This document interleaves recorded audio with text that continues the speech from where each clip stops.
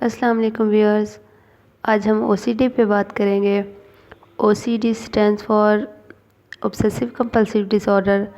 عام الفاظ میں اسے ہم وہم کی بیماری بھی کہتے ہیں، اور یہ بیسیکلی ایک مینٹل ڈس آرڈر ہے جو انسان کے دماغ کے اندر انچاہے خیالات پیدا کرتا ہے، اور یہ خیالات جنون کی کیفیت اختیار کر جاتے ہیں۔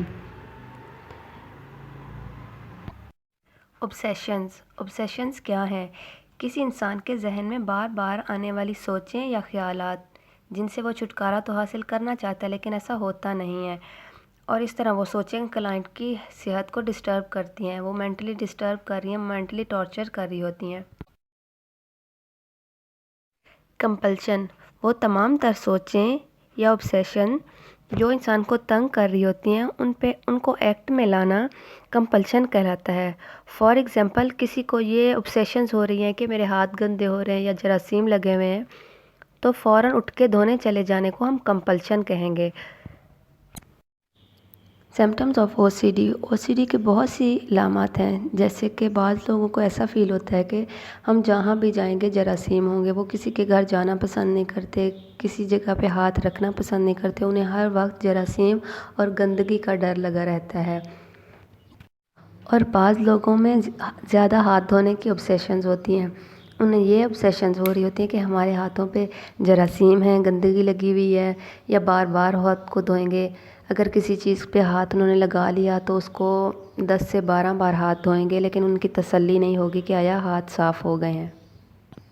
unnecessary household cleaning جی تو یہ obsession زیادہ تر فیمیل میں پائی جاتی ہیں۔ اکثر فیمیل میں یہ عادت ہوتی ہے کہ وہ گھر کی چیزوں کو ٹھیک سے رکھیں گی، پھر ان کی سیٹسفیکشن نہیں ہوگی، پھر انہیں سیٹ کر کے رکھیں گی، پورا دن انہیں صاف کرتی رہیں گی۔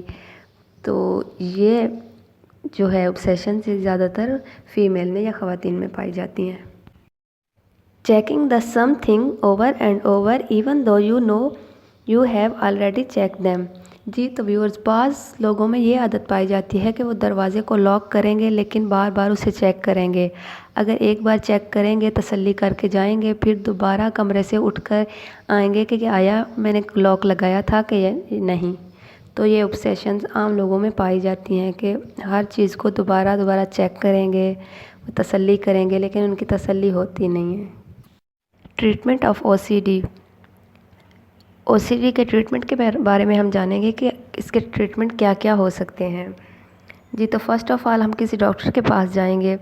اگر ہم میں کوئی فزیکل سمٹمز ہوں گی تو ڈاکٹر ضرور اس کو ٹریٹ کرے گا، لیکن اگر ہم میں کوئی سائیکی پرابلم ہوگا یا کوئی مینٹل النیس ہوگی تو ہمیں وہ ڈاکٹر ایک سائیکالوجسٹ ریکمینڈ کرے گا، یا سائیکیٹرسٹ، سائیکالوجسٹ کوئی بھی ریکمینڈ کرے گا جو کہ آپ کی کاؤنسلنگ کر کے آپ کے اس ڈس آرڈر کو ختم کر سکے۔ C B T stands for cognitive behavioural therapy. یہ ایک تھراپی ہے جو کہ کلینکل سائیکالوجسٹ عموماً مینٹل ڈس آرڈر کے پیشنٹس کو دیتے ہیں۔